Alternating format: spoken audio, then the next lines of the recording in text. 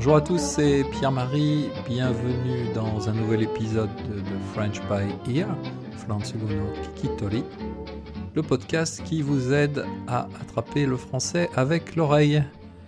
Alors aujourd'hui c'est un nouvel épisode pour le niveau intermédiaire avancé même si on veut, et je voulais préciser que si ce niveau intermédiaire pour vous je parle trop vite, le vocabulaire est trop difficile, eh bien je vous invite à écouter le podcast de niveau débutant.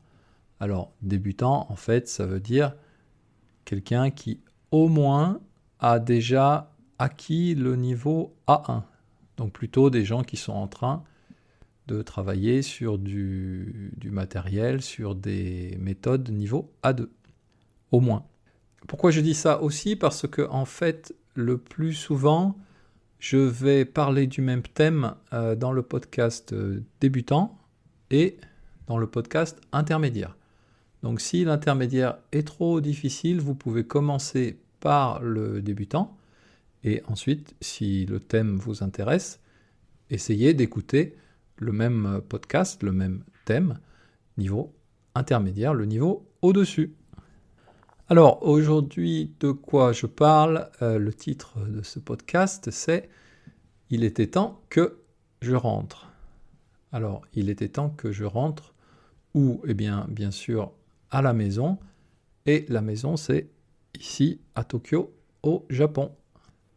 Alors oui, il était temps que je rentre au Japon après 6 semaines passées en France cet été.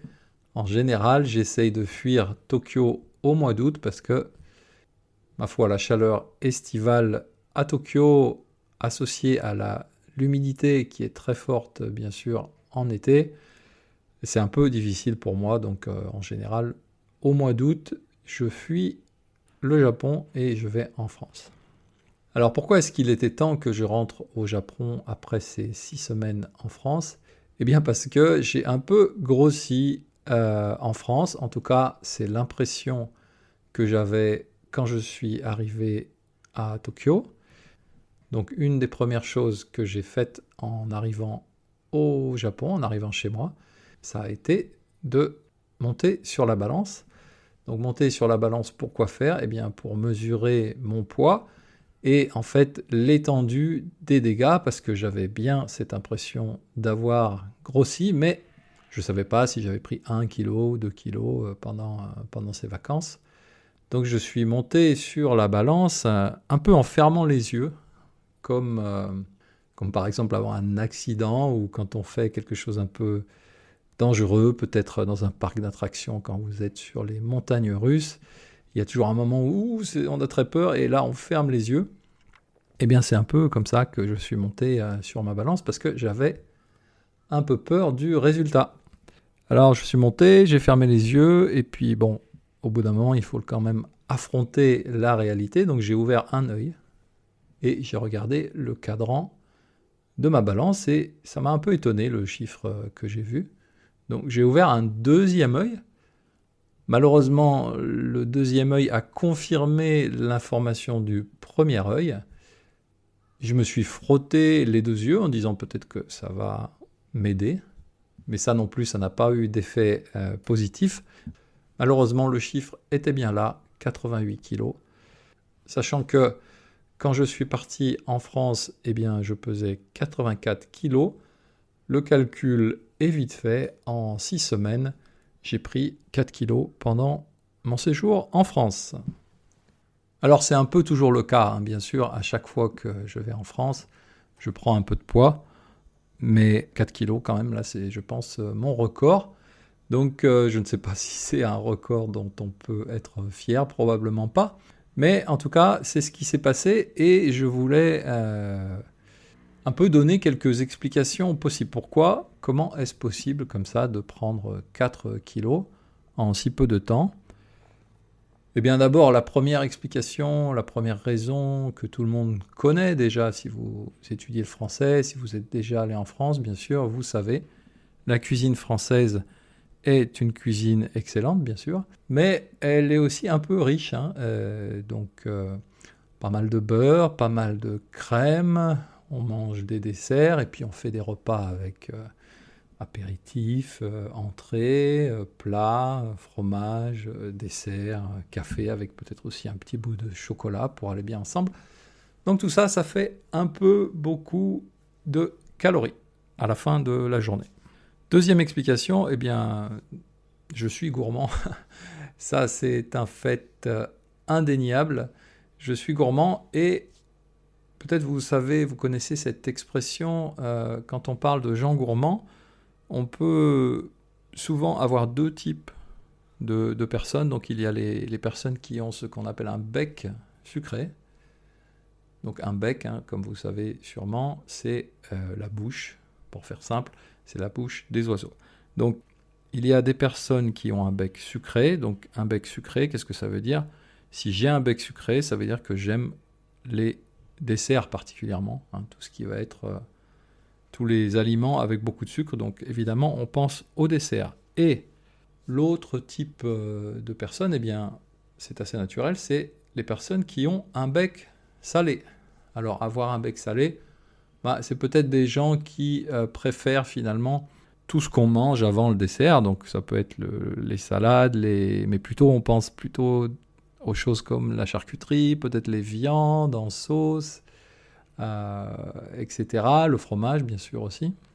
Donc on a soit un bec salé, soit un bec sucré. Eh bien, en fait, moi, j'ai les deux, donc ça rajoute un petit peu au problème, puisque j'adore autant les desserts que tout ce qui les précède dans un repas.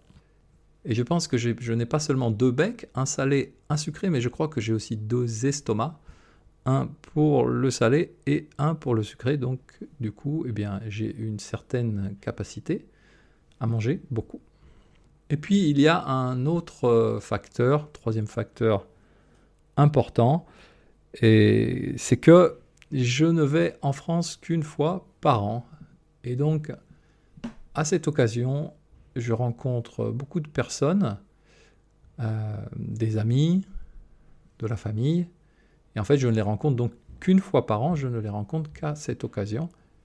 Et bien évidemment, la conséquence, c'est que chaque rencontre, chaque repas mangé ensemble, eh bien, c'est un peu un repas de fête, que ce soit au restaurant ou quand je visite mes amis dans leur maison.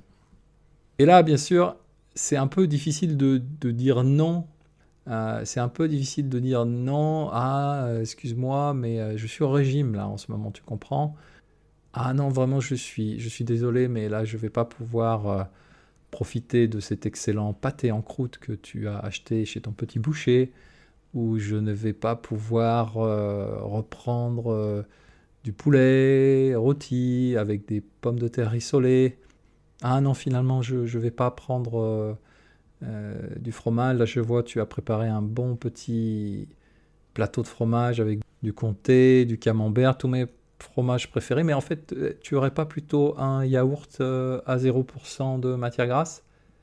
Et puis peut-être une pomme pour finir, parce que tu vois, j'adore le fraisier, mais là, je fais un peu attention à mon poids, donc finalement, je vais pas prendre le fraisier, mais si tu as juste une petite pomme ou même une moitié de pomme, ce serait bien, parce que j'essaye de perdre du poids.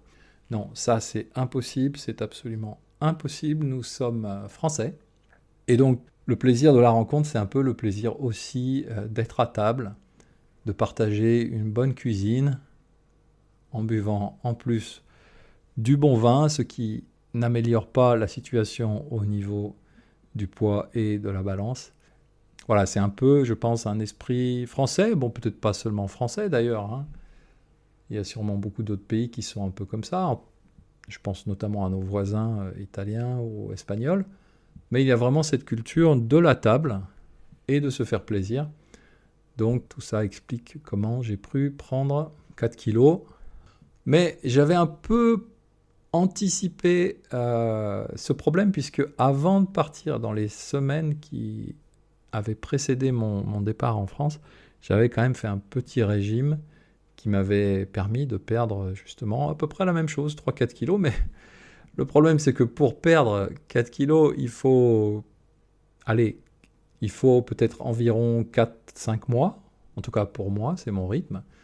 Mais par contre, pour les reprendre, eh bien, en 1 mois et demi, c'est repris déjà. Donc, c'est assez injuste, mais c'est comme ça que ça fonctionne. Et donc, eh bien, voilà, je suis de nouveau au régime et en préparation de mon prochain voyage en France. Donc voilà, c'est un peu mon conseil. Si vous allez en France et si vous voulez faire un peu attention à votre poids, eh bien, je vous suggère de préparer un peu et peut-être de perdre un petit peu de poids juste avant d'aller en France. Et comme ça, vous pourrez profiter de la cuisine française et de la culture française, la culture de la table française qui, en général, est vraiment liée au plaisir de manger et de se retrouver avec des amis. Voilà, c'est tout pour aujourd'hui. Vous pouvez retrouver la transcription de ce podcast sur mon site internet frenchbyear.com. Je vous dis à bientôt. Mata Jikai.